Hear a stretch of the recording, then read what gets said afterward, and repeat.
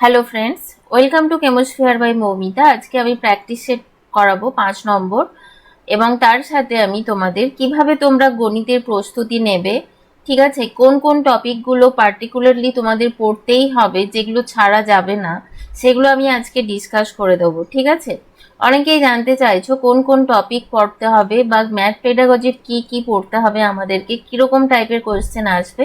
তো কোয়েশ্চেন তো আমি করাবো প্র্যাকটিস সেট মাঝে মাঝে, সেগুলো ফলো করবে। এবং পার্টিকুলারলি আজকে আমি টপিকগুলো দেখিয়ে দেবো আরও একবার, যারা জানতে চেয়েছিলে তাদের জন্য। ঠিক আছে, যারা যারা কনফিউজড আছো তারা অবশ্যই দেখবে যে কোন টপিকগুলো কভার করতে হবে।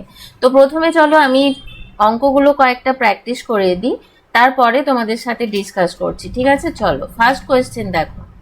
দেখো, এটা এগেইন আবার আমি নিয়ে এসেছি রিমাইন্ডারের প্রবলেম। ঠিক আছে, রিমাইন্ডারের প্রবলেম।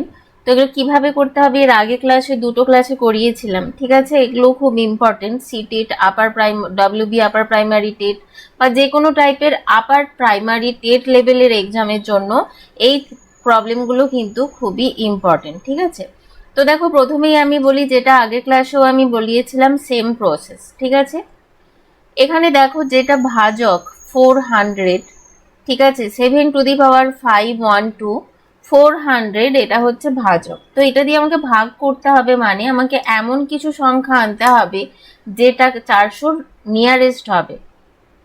ঠিক আছে, 400 নিয়ারেস্ট হবে, বা 400কে আমরা 400 দিয়ে সেটাকে ইজিলি আমরা ভাগ করে এক রিমাইন্ডার পাবো, এইটা আমাদের টার্গেট রাখতে হবে। ঠিক আছে, 1, 2 এরকম রিমাইন্ডার পাবো, এইটা আমাদের টার্গেট রাখতে হবে। ঠিক আছে, তাহলে দেখো 7^512 এটাকে আমরা ভাঙলে কিভাবে পাবো। দেখো 7^4 এটাকে আমরা লিখতে পারি, 512 আছে মানে 128। ঠিক আছে, লিখতে পারি সূচকের নিয়ম অনুযায়ী বাই 400। নেক্সট 7^4 মানে 2401 বাই 400। ঠিক আছে, তাহলে এরপরে দেখো এই যে 2401 এটার কি হবে, পাওয়ারটা 128। এবার 400 দিয়ে আমরা 2401কে ভাগ করতে পারবো, সেখানে রিমাইন্ডার পাবো কত। দেখো 400 দিয়ে আমি যদি ভাগ করি তাহলে এখানে 2400 পাচ্ছি এক। এটা হচ্ছে কি, এটা হচ্ছে রিমাইন্ডার। ঠিক আছে, তাহলে 1 এর হোল 128, 1 এর হোল 128 হচ্ছে এটা রিমাইন্ডার। ঠিক আছে, 400 দিয়ে ভাগ করলে আমরা 1 রিমাইন্ডার পাচ্ছি।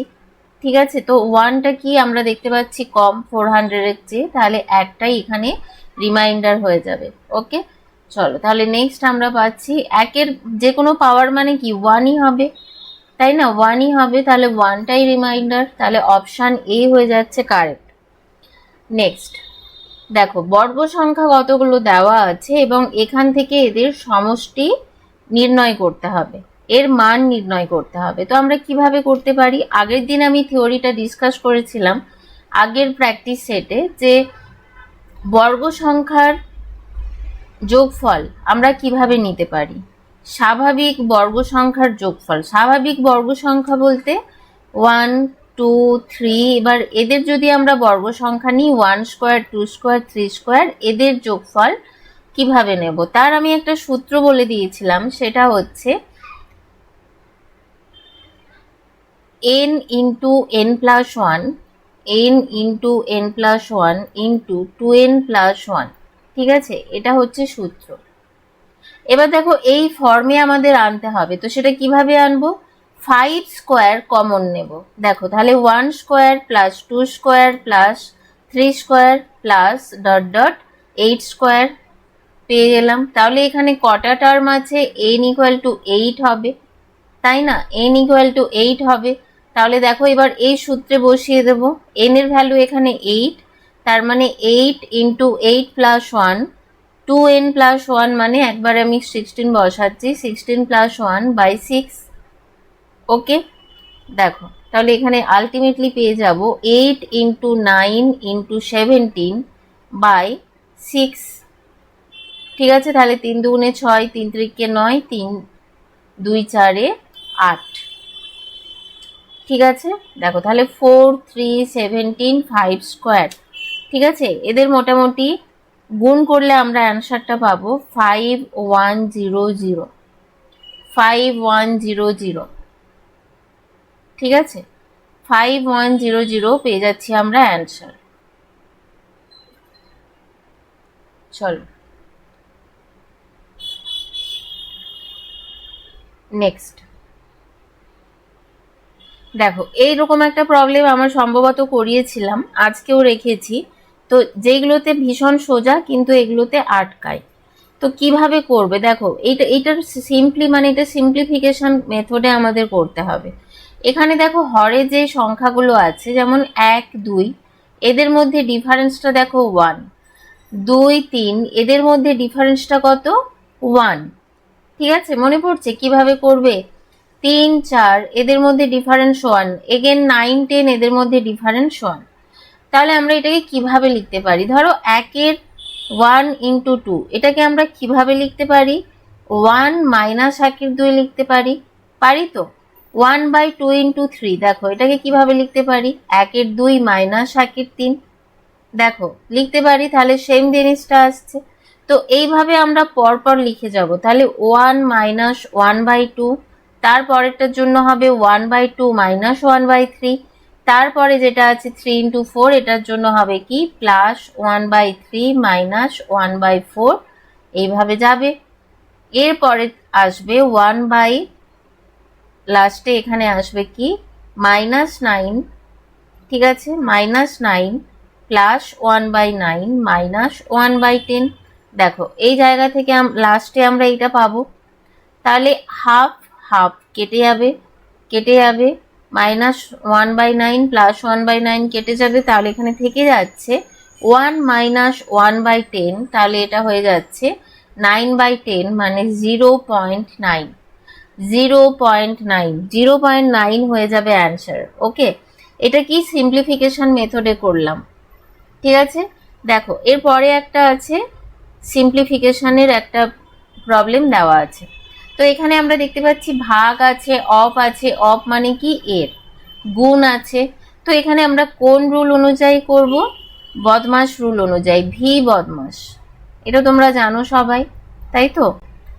ঠিক আছে, ভি মানে কি ব্র্যাকেটের কাজ প্রথমে করব, ঠিক আছে। বি মানে ব্র্যাকেটের কাজ প্রথমে করব, ঠিক আছে। ও মানে কি অরের কাজ করব, ঠিক আছে। বা প্রথমে বারের কাজ, তারপরে ব্র্যাকেটের কাজ, তারপর অরের মানে এর। ডি মানে ডিভিশন, এম মানে মাল্টিপ্লিকেশন, ঠিক আছে। এ মানে অ্যাডিশন, এস মানে সাবস্ট্রাকশন, ঠিক আছে। দেখো তো পরপর আমরা তাহলে এইভাবে ফলো করে করব। তাহলে আমাদের এখানে কি আছে, আমরা কি করব? দেখো 1-এর 3, ওপরে ভাগ আছে মানে এটাকে গুণ করে 3/1 করে দিলাম, উল্টে দিলাম, ইন্টু 1-এর 3। এবার নিচে 1-এর 3 ভাজিত, আমি একেবারে এর কাজটা করে দিচ্ছি, 1-এর 9 একেবারে করে দিলাম মাইনাস 1/9। এবারে 3 3 কাটবে, ঠিক আছে। তাহলে এখানে কি হবে, 1-এর 3 ডিভাইড বাই 1/3 ইন্টু 9/1 মাইনাস 1/9। তাহলে এখানে দেখো কেটে যাচ্ছে 3, তাহলে এখানে আমরা কি পাবো 1/9 মাইনাস 1/9। ঠিক আছে, বুঝতে সমস্যা হলে হোয়াটসঅ্যাপে জানাবে এই মেসেজে, ঠিক আছে, এই নাম্বারে মেসেজ করে জানাবে। ওকে চলো নেক্সট। দেখো একটা বয়সের অঙ্ক, গড়, অ্যাকচুয়ালি এটা অ্যাভারেজের অঙ্ক, ঠিক আছে। দেখো কি কি বলেছে, 3 ভাই ও তাদের বাবার গড় বয়স 18 বছর। কি বলেছে তাহলে? 3 ভাই প্লাস বাবা, তাদের গড় বয়স বলেছে বাবা 18 বছর, ঠিক আছে। তাহলে এটা কি গড়, তাহলে মোট কত হবে? মোট হবে 18 ইন্টু 4, মানে টোটাল 4 জন, মানে 72 বছর, তাই না? এরপর আবার বলেছে 3 ভাই ও তাদের মায়ের বয়স, মায়ের গড় বয়স বলেছে 16, তাহলে মোট বয়স কত? 16 ইন্টু কি হবে 4, তার মানে 64 বছর, ঠিক আছে। এবার দেখো কি বলেছে, বাবার বয়স 42 বছর, তাহলে এখান থেকে আমরা 3 ভাইয়ের বয়স পেয়ে যাব। সরি, বাবার বয়স 42 নয়, মায়ের বয়স দেওয়া আছে 42 বছর, একটা সেকেন্ড, এখানে অপশনটা উঠে গেছে ওপরে, ঠিক আছে। বাবার বয়স ক্যালকুলেশন করতে হবে আমাদের, ওকে। বাবার বয়স ক্যালকুলেশন করতে হবে, অপশনটা উঠে গেছে। দেখো মায়ের বয়স দেওয়া আছে 34 ইয়ার্স, তাহলে এই জায়গা থেকে আমরা কি করব, 3 ভাইয়ের বয়স পেয়ে যাব। 3 ভাইয়ের বয়স 64 মাইনাস 34 মানে এখানে পেয়ে যাচ্ছি 30। 3 ভাইয়ের বয়স পেয়ে যাচ্ছি 30, তাহলে বাবার বয়স কত পাবো? তাহলে বাবার বয়স পাওয়ার জন্য 72 থেকে 30 মাইনাস করলে আমরা পেয়ে যাব 42। ঠিক আছে, একদম ঠিক আছে, অ্যান্সার অপশানে আছে, দেখো। ওকে, নেক্সট দেখো বলছে 2 অঙ্কের সর্বনিম্ন এবং সর্বোচ্চ মৌলিক সংখ্যার গড় কত। দেখো এই অঙ্ক করার জন্য তোমাদের মৌলিক সংখ্যার নলেজ থাকতে হবে। মৌলিক সংখ্যা আমরা কাদের বলি? যখন কোনো সংখ্যার উৎপাদক এক এবং সেই সংখ্যাটি নিজে, তাকে আমরা বলি মৌলিক সংখ্যা। এছাড়া আর কোনো উৎপাদক থাকবে না। দুটি উৎপাদক, একটা হচ্ছে এক এবং সেই সংখ্যাটা নিচে। ঠিক আছে, তাহলে সর্বনিম্ন 2 অঙ্কের সর্বনিম্ন মৌলিক সংখ্যা কি আছে? 11। আর সর্বোচ্চ মৌলিক সংখ্যা কি আছে? দেখো 97। 100-র আগে 99, 98 সবাই কিন্তু যৌগিক সংখ্যা, তো মৌলিক সংখ্যা আছে 97। এবার এদের গড় মানে কি? যোগ করব, যোগ করে 2 দিয়ে ভাগ, তাহলে কত পাচ্ছি? 108/2, 54। ঠিক আছে, অপশন এ হয়ে যাবে কারেক্ট। নেক্সট দেখো ভীষণ সুন্দর একটা প্রবলেম, পার্সেন্টেজের অঙ্ক। বলছে তেলের দাম 20% বৃদ্ধি পেয়েছে। ঠিক আছে, যদি ব্যয় বাড়ানোর অনুমতি না দেওয়া হয় তবে খরচ হ্রাস এবং মূল খরচের মধ্যে অনুপাত কত? দেখো এই প্রবলেম, এগুলো তোমরা যদি অন্য প্রসেসে করতে যাও, এক্স ধরে বা অন্য কিছু করে, তাহলে কিন্তু হিউজ একটা টাইম তোমাদের খেয়ে যাবে। তোমরা টাইমের মধ্যে অন্য কোয়েশ্চেন আর করতে পারবে না। তো সেই কারণে তোমাদের শিখতে হবে স্মার্ট ট্রিক্স। তো কিভাবে করবে? দেখো তেলের দাম 20% বৃদ্ধি পেয়েছে মানে আমাদের এরকম ধরে নিতে হবে, আগে কত ছিল? 100, এখন সেটা হয়েছে কত? এখন 120। যেটা 100 ছিল সেটা 120 হয়েছে। এবার বলছে তাহলে কি আগে আমরা যেরকম ব্যবহার করতাম সেই রকমই যদি আমরা ব্যবহার করি, ব্যয় করি তেল, তাহলে আমাদের খরচাটাও বেশি হবে।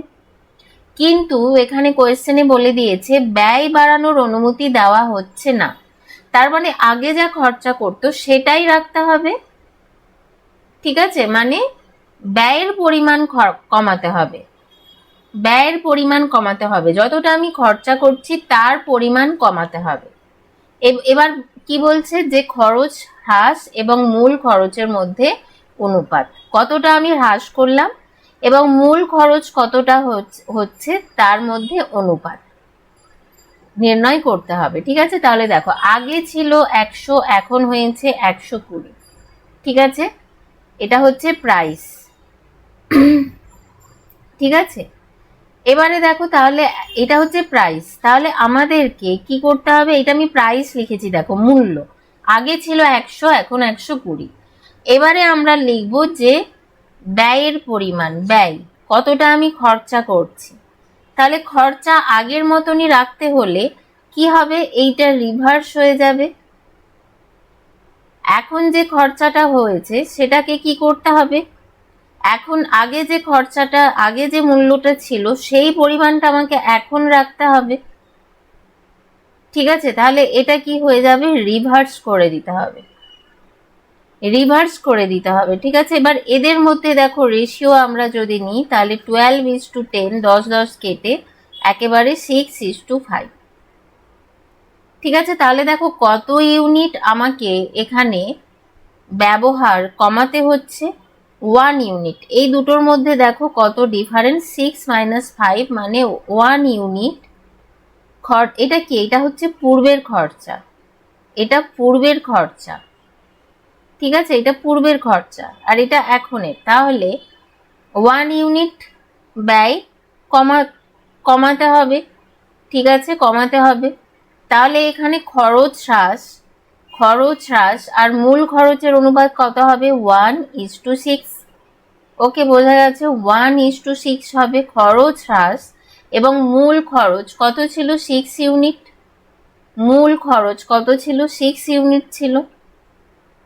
তাহলে খরচ হ্রাস আর মূল খরচের অনুপাত হয়ে যাচ্ছে অপশন এ। ঠিক আছে, এইভাবে স্মার্ট প্রসেসে কিন্তু করতে হবে। এবার দেখো, একটা চক্রবৃদ্ধি হারে সুদের অঙ্ক আমি দিয়েছি। ঠিক আছে, চক্রবৃদ্ধি হারে সুদের অঙ্ক দেখো, বার্ষিক চক্রবৃদ্ধি হারে সুদ বলছে 10%। ঠিক আছে, 10% হারে 1 বছর এবং 73 দিন। দেখো 73 দিন বলেছে, তাহলে এটাকে আমরা কিভাবে এটাকে করব? বার্ষিক চক্রবৃদ্ধি সুদের হারে 73 দিনের জন্য কি করেছে? 6000 টাকার সুদের পরিমাণ নির্ণয় করতে বলেছে। ঠিক আছে, তাহলে দেখো এখানে হার কত?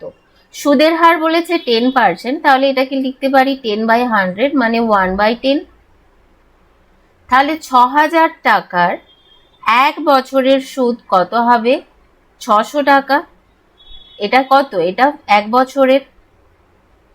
ঠিক আছে, এবার আমি যদি সেকেন্ড ইয়ারের ধরি, দ্বিতীয় বছর সেকেন্ড ইয়ারের, তাহলে সেক্ষেত্রেও যেটা থাকবে আসল, তার তো 1/10% আমরা সুদ নেবই।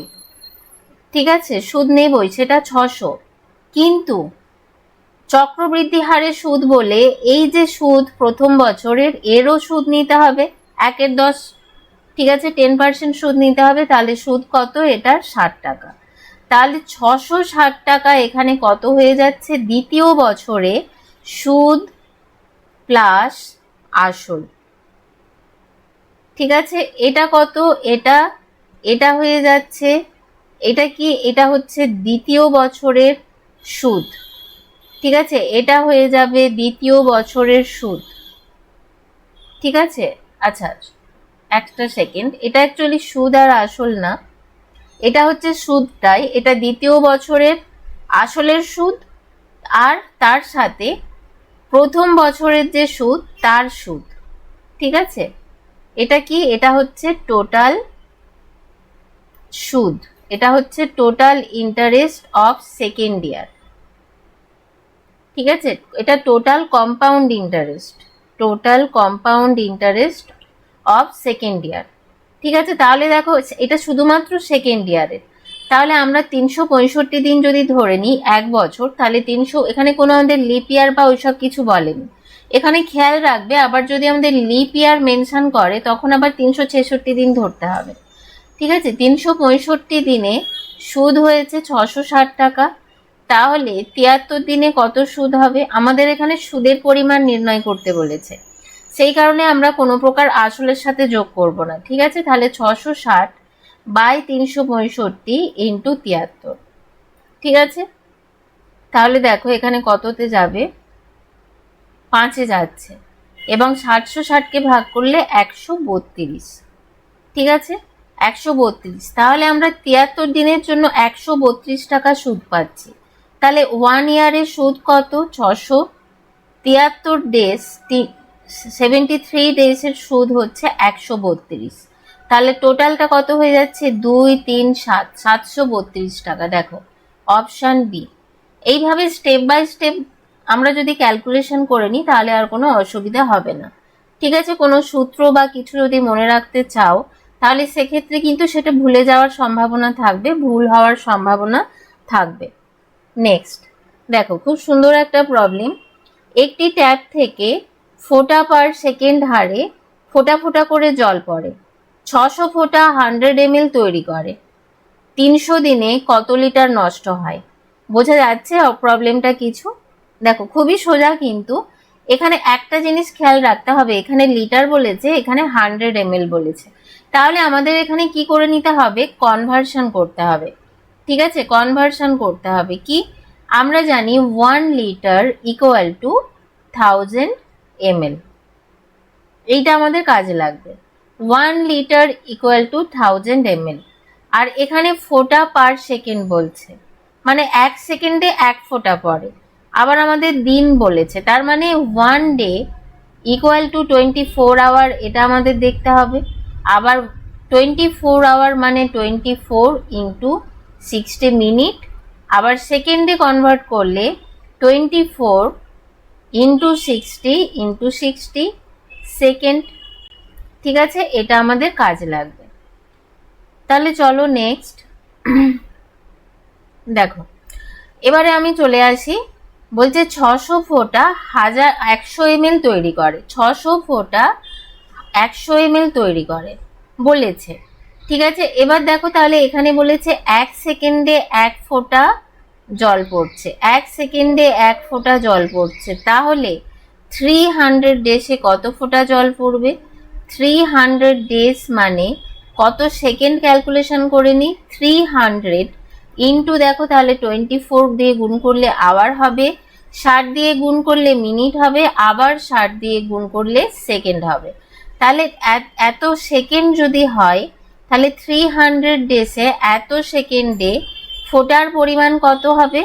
300 ইন্টু 24 ইন্টু 60 ইন্টু 60, এটা হচ্ছে ফোঁটার পরিমাণ। ঠিক আছে, দেখো এবার আমরা খুব ইজিলি এটা ক্যালকুলেশন করে নিতে পারবো। কি দেখো তাহলে আমাদের বলেছে 600 ফোঁটা মানে 100 ml, তাই তো? 600 ফোঁটা মানে 100 ml। তাহলে এই যে পুরো সংখ্যাটা আমি ক্যালকুলেশন করলাম, এতগুলো ফোঁটা, এটাকে আমি পি ধরে নিলাম, পি। তাহলে পি সংখ্যক ফোঁটা মানে কত ml হবে? 100/600, ঠিক আছে, ইন্টু 300 ইন্টু 24 ইন্টু 60 ইন্টু 60। ঠিক আছে, দেখো তাহলে এখানে এবার আমরা কি করব? কাটাকাটি করব।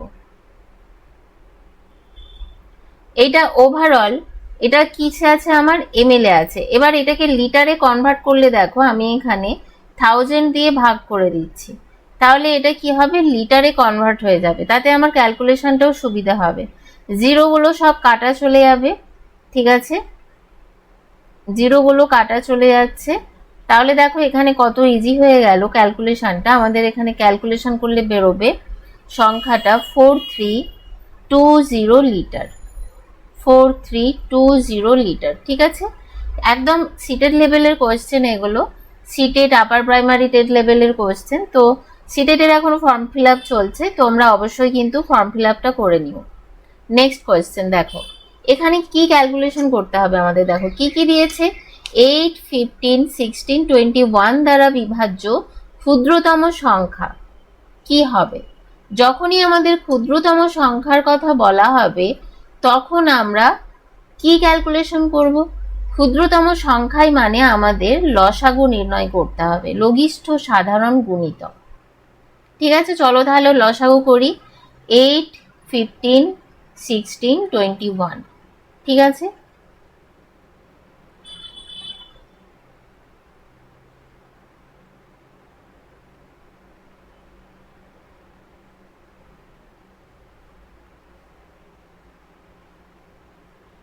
দেখো এবার এখান থেকে আমরা যদি লসাগু করি, এটা কত ছিল? ঠিক আছে, এখানে আমরা যদি লসাগু করি এবার, তাহলে এখানে আমরা কত পাবো?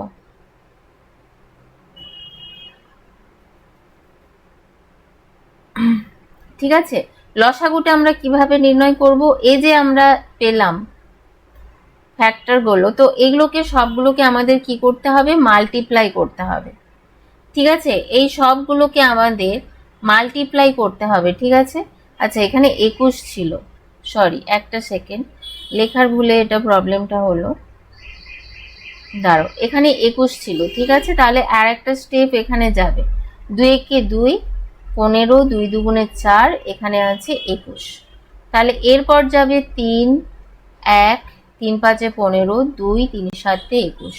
এই প্রত্যেকটা টার্ম 7, 2, 5 যা দেখতে পাচ্ছ, 3, 3টে 2 ওপরে, এগুলো সব গুণ করতে হবে। ঠিক আছে, তাহলে লসাগু আমরা পাবো 2 into 2 into 2 into 3 into 5 into 2 into 7। ঠিক আছে, এগুলো মাল্টিপ্লাই করলে আমরা পেয়ে যাচ্ছি 1680। ওকে, তাহলে অপশন সি আমাদের হয়ে যাচ্ছে অ্যান্সার। ঠিক আছে, যখন কোনো গরিষ্ঠ কথাটাই থাকবে, ঠিক আছে, ক্ষুদ্রতম নয় বৃহত্তম থাকবে, তখন আমাদের গসাগু করতে হবে। আর যখন লঘিষ্ঠ ব্যাপারটা থাকবে, তখন আমাদের কি করতে হবে? লসাগু করতে হবে। ঠিক আছে, এইটুকু জিনিস মাথায় রাখবে। নেক্সট দেখো একটা এত বড় একটা হিউজ একটা ফিগার দেওয়া আছে যেটার সরলতম মান নির্ণয় করতে হবে। তো এটা দেখেই প্রথমে ভয় পেয়ে যাবে না। কি করবে, যখন কিছু পূর্ণ অবস্থায় থাকবে, যেমন ধরো 6 হোল 1/7, এই কথাটার অর্থ 6 প্লাস 1/7। তো সেই কারণে আমরা এগুলোকে আলাদা করে দেবো সব।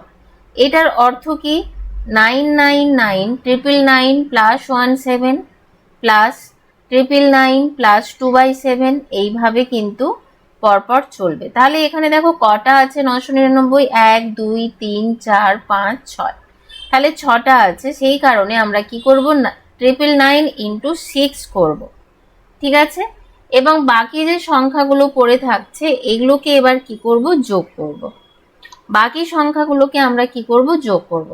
প্লাস 1/7 প্লাস 1/2, 2/7 প্লাস 3/7 প্লাস 4/7, ঠিক আছে, এইভাবে। ওকে, দেখো তাহলে নেক্সট কি হবে, 999 ইন্টু 6, ঠিক আছে। দেখো এবার এইটাকে কি আমাদের গুণ করা বেশি সোজা, এটাকে আমরা অন্যভাবে করব। 999 মানে এটাকে এইভাবে লিখে দেব, 1000 মাইনাস 1 ইন্টু 6 প্লাস, এবার দেখো আমি এখান থেকে 1/7 গুলো, 1/7টা কমন নিয়ে নেবো। তাহলে এটা কি হবে, 1 প্লাস 2 প্লাস 3 প্লাস 4, ঠিক আছে, এইভাবে প্লাস 6 পর্যন্ত, ঠিক আছে। দেখো এবার এইখানে আমাদের এটা গুণ করা অনেক বেশি সোজা, 6000 হয়ে যাবে মাইনাস 6 প্লাস 1/7। এটা এবার কি করব, n সংখ্যক স্বাভাবিক সংখ্যার সমষ্টি, যেটা আগের দিনের ক্লাসে বলেছিলাম, n ইন্টু n প্লাস 1/2, এই সূত্রটা ফলো করব, ঠিক আছে। তাহলে দেখো ইন্টু এখানে কি হয়ে যাবে, 6 ইন্টু 6 প্লাস 1/2, ঠিক আছে। এবার এটা সলভ করব আমরা। তাহলে এখানে পেয়ে যাচ্ছি, দেখো এখানে কত পাবো, 7। তাহলে এই 6 প্লাস 1 7, এটা কেটে যাবে, কাটাকাটি হয়ে যাবে, এখান থেকে পেয়ে যাচ্ছি অনলি 3। তাহলে নেক্সট স্টেপ যেটা পাচ্ছি, 6000 মাইনাস 6 প্লাস 3, ঠিক আছে। তাহলে এখানে ওভারঅল ক্যালকুলেশন করার পর কত পাবো, 5,999,997। ওকে, এটা হয়ে যাচ্ছে তাহলে অ্যান্সার। দেখো আশা করি বুঝতে কোনো সমস্যা নেই, ঠিক আছে। চলো নেক্সট কোয়েশ্চেন। দেখো এটাও ভীষণ সোজা একটা কোয়েশ্চেন, যা স্টেপ বাই স্টেপ ফলো করব। প্রথমে নিয়ে নেব এই পার্টটাকে, ফার্স্ট পার্টটাকে, ঠিক আছে। তাহলে ফার্স্ট পার্টটাকে যদি নিয়ে নিই, দেখো x minus 1 into x plus 1, ঠিক আছে। তাহলে এখানে এবার x plus 1 minus x plus 1, ঠিক আছে। আমি মাইনাসের পরে কি হবে, x মাইনাস 1টা মাইনাসে মাইনাসে প্লাস হয়ে যাবে, ঠিক আছে। এরপর দেখো করছি minus 2/x² plus 1 minus 4/x⁴ plus 1। ওকে, দেখো তাহলে এখানে আমরা কি পাচ্ছি, x কেটে যাচ্ছে, তাহলে 2 এটা কি হয়ে যাবে, a minus B, a plus বির সূত্র ফলো করবে। a minus B into a plus B কি হয়, a square minus B square. তাহলে সেই সূত্র ফলো করে এখানে হয়ে যাচ্ছে x² মাইনাস 1, ঠিক আছে। তাহলে সেম ভাবে আবার এখানে আমরা এটাকে সলভ করব, মাইনাস 4/x⁴ প্লাস 1, ঠিক আছে। আবার এই পার্টটাকে আমরা সলভ করব। এই পার্টটাকে সলভ করে আমরা পাবো কি, x² minus 1 into x² plus 1, ঠিক আছে। দেখো তাহলে এখানে 2টা আছে, 2x² plus 2 minus 2x² plus 2, মাইনাসে মাইনাসে প্লাস হয়ে যাবে, x² টার্মটা কেটে গেল। তাহলে দেখো এখানে নেক্সট স্টেপে আমরা করব,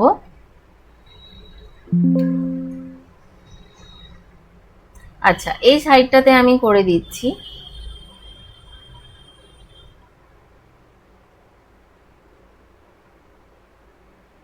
আচ্ছা এই সাইডটাতে করে দিচ্ছি, দেখো তাহলে এখানে পেয়ে যাচ্ছি 4/x⁴ minus 1 minus 4/x⁴ plus 1।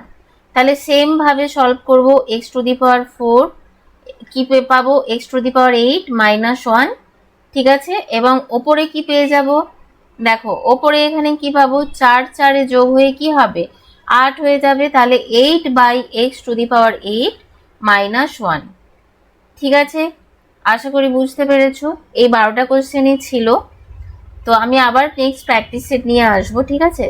তো চলো তার আগে বলে দিই, শেষ করার আগে, যে তোমরা কি করবে, কিভাবে পড়বে। দেখো ম্যাথমেটিক্স মানে এখানে কি আসবে, ম্যাথ আসবে 20 মার্কসের, আর পেডাগজি আসবে 10 মার্কসের, ঠিক আছে। তো ম্যাথের মধ্যে দেখো আমাদের কি পড়তে হচ্ছে, 20 নাম্বারের কোয়েশ্চেন আমাদের কোথায় থেকে আসছে, নাম্বার সিস্টেম, ঠিক আছে, ফ্র্যাকশনস, অ্যালজেব্রা পড়তে হচ্ছে, ঠিক আছে, জিওমেট্রিক্যাল আইডিয়া 2D, ঠিক আছে, মেনসুরেশন পড়তে হবে।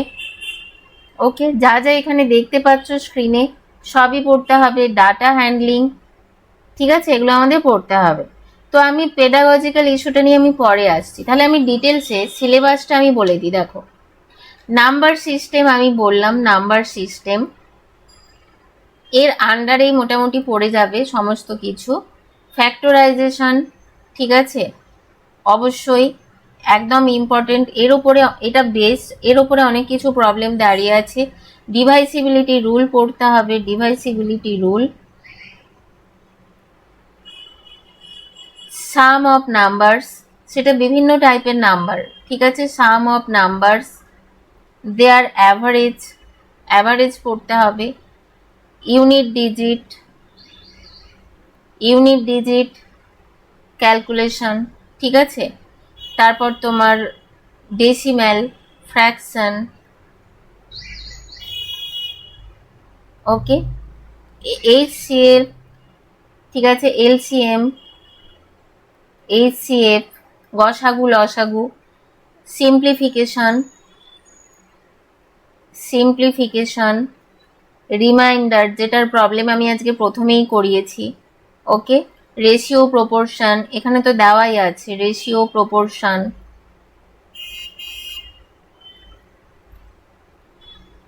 ঠিক আছে। তারপর দেখো মিন, মিডিয়ান, মোড, ওকে, প্রফিট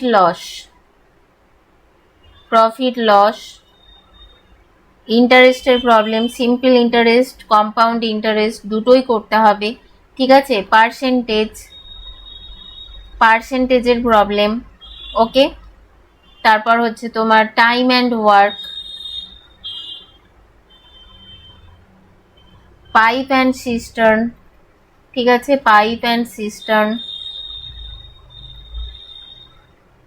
ডাটা ইন্টারপ্রিটেশন, তারপর তোমার হোল জিওমেট্রি, ঠিক আছে, জিওমেট্রি যা 9-10 সিলেবাস পর্যন্ত আছে, ক্লাস 5 to 10 জিওমেট্রি পুরোটা, মানে 2D পোর্শনটা, 2 dimensional portion, mensuration 3 dimensional portion, ঠিক আছে। এখানে আমরা ঘনক পড়ব, শঙ্কু পড়ব, ঠিক আছে, সিলিন্ডার পড়ব, ঘনক, শঙ্কু, সিলিন্ডার, গোলক, ঠিক আছে, এই জিনিসগুলো এখানে পড়বো। অ্যালজেব্রা করতে হবে, ঠিক আছে, এই জিনিসগুলো কিন্তু আমাদের ডিটেলসে পড়তে হবে।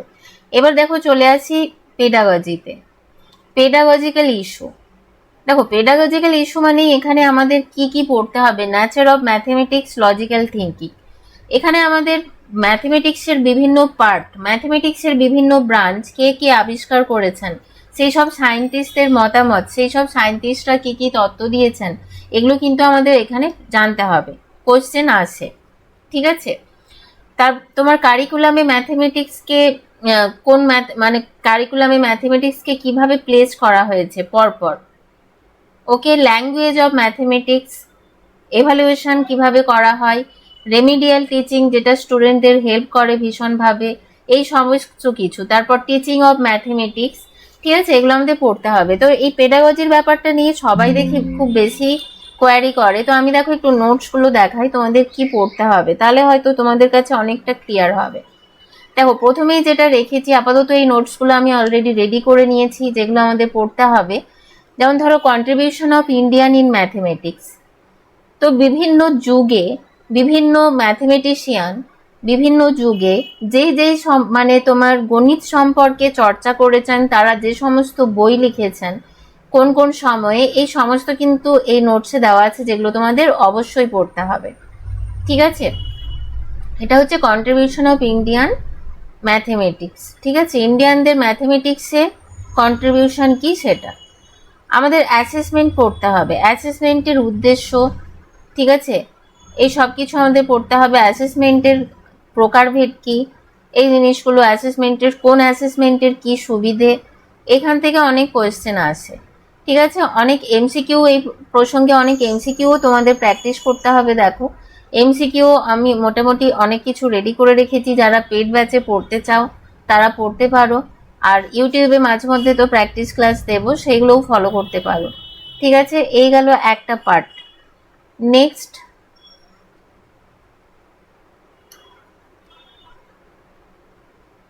দেখো nature of mathematics. Nature of ম্যাথমেটিক্সে অনেক গণিতজ্ঞ এবং দার্শনিকের এখানে দেখো নেম দেওয়া আছে, এনারা কি বলেছিলেন ম্যাথমেটিক্স কি। যেমন রজার বেকন, তার মতে mathematics is the gateway and কি টু অল সায়েন্স। ঠিক আছে, এরকম টাইপের যে তারা যে তোমার তাদের মতামত দিয়েছিলেন, সেইগুলো কিন্তু ভীষণ ইম্পর্টেন্ট, এগুলো জানতে হবে।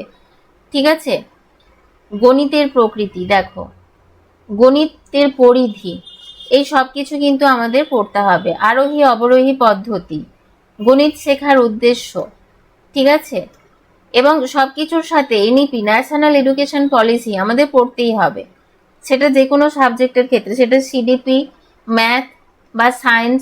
ঠিক আছে, এনইপি ন্যাশনাল এডুকেশন পলিসি সবাইকে পড়তে হবে।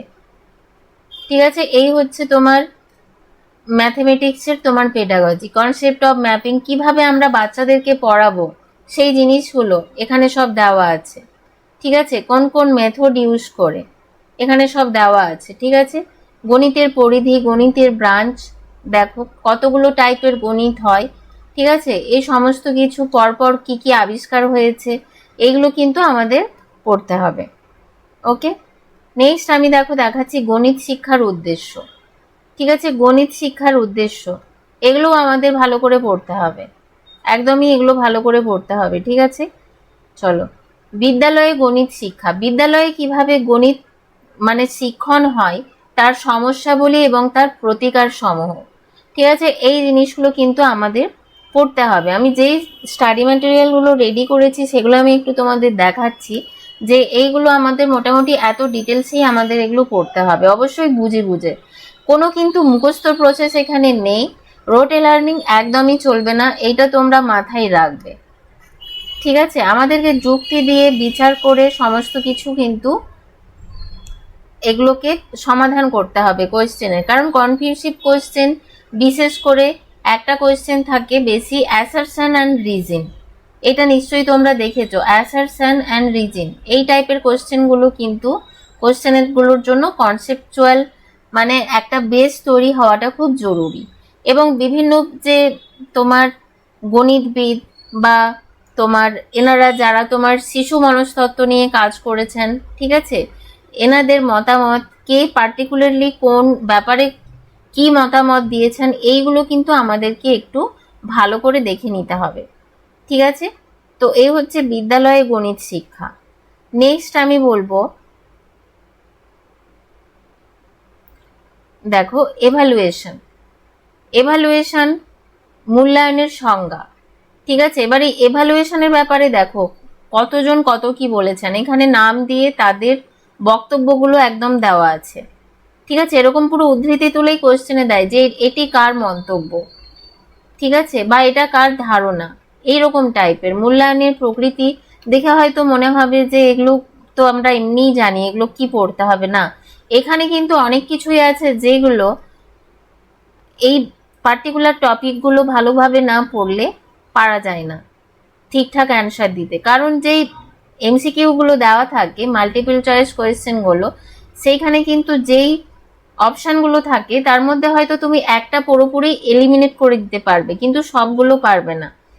দুটো তিনটে তোমার অপশন এরকম থাকবে যে যেইগুলো মনে হবে যেগুলো আমাদের হবে, ওইখানেই কনসেপ্টটা দরকার যে আমি আর কি কি গুলো এলিমিনেশন করব। এলিমিনেট করে করে অ্যান্সারটা দিতে হবে, অপশন এলিমিনেট করে। ঠিক আছে, এর পরের টপিকটা দেখো, এটা ভীষণ important, error analysis and learning method of mathematics. ঠিক আছে, যে এরর এই ব্যাপারগুলো এগুলো কিন্তু আমাদের খুব ভালোভাবে পড়তে হবে, যাতে মানে অ্যাকচুয়ালি কি আমাদেরকে একটা আপার প্রাইমারি বাচ্চাকে পড়ানোর জন্য যতটা শিক্ষককে জানতে হবে সেইটুকুই আমাদের পড়ে পরীক্ষা দিতে হবে। ঠিক আছে, এটাই হচ্ছে অ্যাকচুয়ালি এগুলো পড়ার মূল উদ্দেশ্য। তো দেখো, আমি মোটামুটি একটা আশা করছি বোঝাতে পেরেছি কি কি পড়তে হবে। আরো ডিটেলসে আমি পরে আরো বলবো। তো এই যে জায়গাগুলো জিওমেট্রি বা মেনসুরেশন এরও প্রবলেম আমি করাবো, তো তোমরা দেখবে কি কি পড়তে হবে, তাতে তোমরা অনেকটা ক্লিয়ার হয়ে যাবে। ঠিক আছে, আর কেউ যদি পেড ব্যাচে অংশ নিতে চাও তাহলে সে আমাদের পেড ব্যাচে জয়েন করতে পারো। ঠিক আছে, আমাদের কোর্স চলছে আলাদা আলাদা করে। যার সায়েন্স দরকার নেই, সিডিপি দরকার নেই, সে শুধু ম্যাথমেটিক্সে জয়েন করতে পারো। শুধু অনলি ওয়ান টাইম পেমেন্ট এগুলো। ঠিক আছে, অনলি ওয়ান টাইম পেমেন্ট, একবার পেমেন্ট করবে। এবং আমি যা যা টপিক তোমাদের বললাম এগুলো তো করানো হবেই এখানে, তা বাদেও প্রচুর কিন্তু মানে কি বলবো, হয় না অনেক সময় যে একটু ডিফারেন্ট টাইপের ম্যাথ পড়ছে, যেটা হয়তো সিলেবাসে একদম ব্রিফলি মেনশন করা নেই, বা তথাকথিত ওইভাবে কোনো সিলেবাস তৈরি হয় না ম্যাথের বা যে কোনো এক্সামের। কিছু কোয়েশ্চেন আসে যেগুলো আসার মতো, সেরকম টাইপের কোয়েশ্চেন সিলেবাসের বাইরে, সেগুলোও সলভ করানো হবে তোমার পেড ব্যাচে। ঠিক আছে, পেড ব্যাচে প্রত্যেকটা লাইভ ক্লাস হবে, এবং লাইভ ক্লাসের অবশ্যই রেকর্ডেড থাকবে। যারা লাইভ ক্লাস করতে পারবে না তারা রেকর্ডেড দেখতে পারবে। ঠিক আছে, এবং লাইভ ক্লাসে যারা জয়েন করতে পারবে তাদের একটাই সুবিধে, তারা হ্যান্ড রেজ করে কথা বলে নিতে পারবে। ক্লাস চলাকালীন কারোর যদি কোথাও প্রবলেম হয়, তাকে ওই টাইপ করে করে জানাতে হবে না যে আমার এই জায়গাটা বুঝতে প্রবলেম হচ্ছে। সে হ্যান্ড রেজ করে অ্যাপের মধ্যেই হ্যান্ড রেজ করে কথা বলে নিতে পারবে। যদি নেট ঠিকঠাক থাকে, নেটওয়ার্ক তোমার, তাহলে একদম পরিষ্কারভাবে কথা বলতে পারবে। ঠিক আছে, আর অন্য কোনো কোয়ারির জন্য এই নাম্বারে কন্ট্যাক্ট করে নেবে। ঠিক আছে, যদি ডেমো ক্লাস দেখতে চাও পেড ব্যাচের তাহলে এই নাম্বারে কন্ট্যাক্ট করে নেবে।